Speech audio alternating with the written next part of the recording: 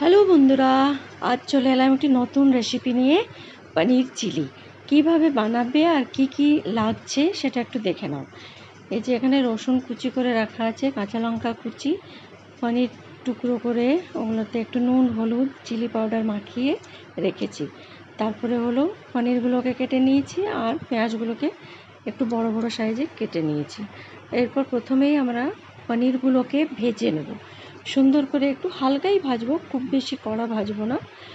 একটু নুন হলুদ আর চিলি পাউডার আর একটু আটা বা ময়দা দিয়ে ওটার মধ্যে মাখা আছে, যাতে করে একটু ভেঙে না যায়।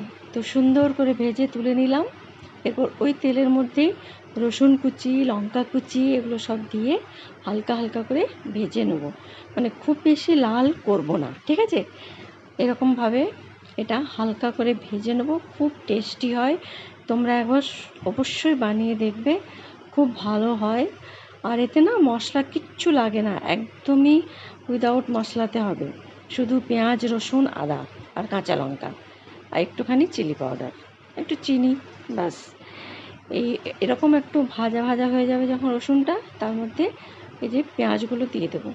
এটা দুটো বড় বড় পেঁয়াজ আছে, দুটো আরেকটা ছোট ছিল, তিনটে মোটামুটি।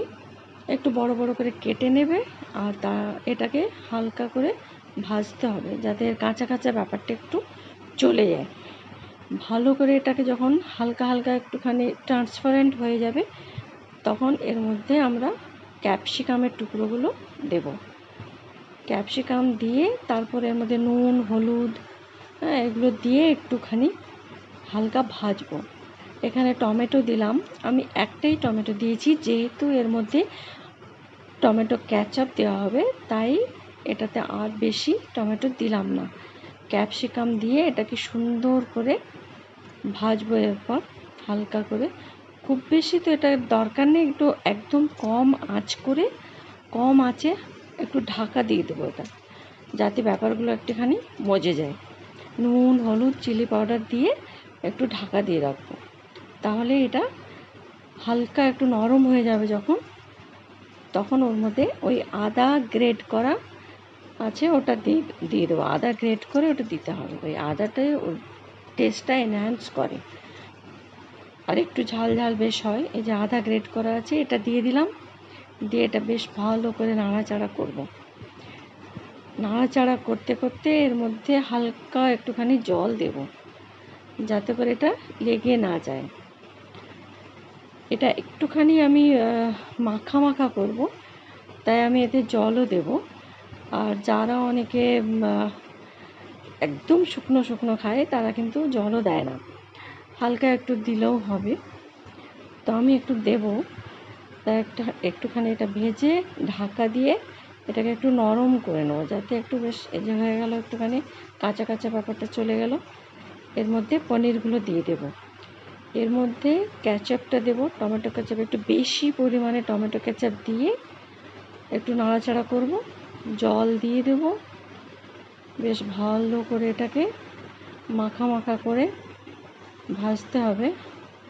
তার মধ্যে একটুখানি ময়দা একটুখানি জলে গুলে রাখতে হবে, যাতে করে ওটা আমি একটুখানি, যেহেতু একটু মাখা মাখা বেশ ভালো মতো বানাবো, একদম শুকনো বানাবো না, তাই এর মধ্যে আমি ওই একটুখানি ময়দা গুলে রাখি, ওটা আমি দিয়ে দিই।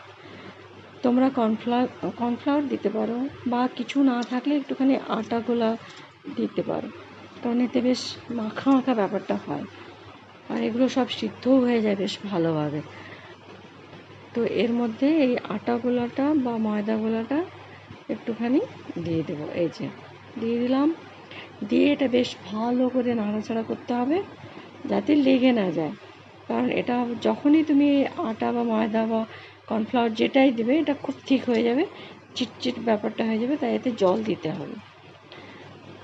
জল দিয়ে এটাকে হালকা ঢাকা দিয়ে রাখবো। এরপর জল দিয়ে এটাকে বেশ সিদ্ধ করে নেবো একটু, যাতে করে পনিরের মধ্যে সমস্ত নুন মশলাগুলো একটুখানি ঢোকে সুন্দরভাবে।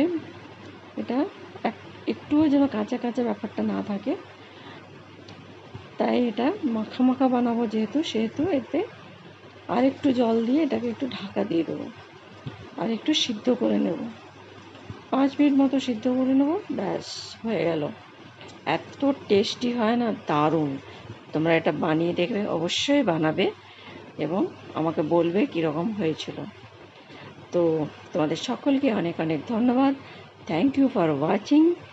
অ্যান্ড এরকম আরও নতুন নতুন তোমরা যদি রেসিপি চাও, তার জন্য আমার চ্যানেলটিকে সাবস্ক্রাইব করে রাখো। আর এখানে তোমরা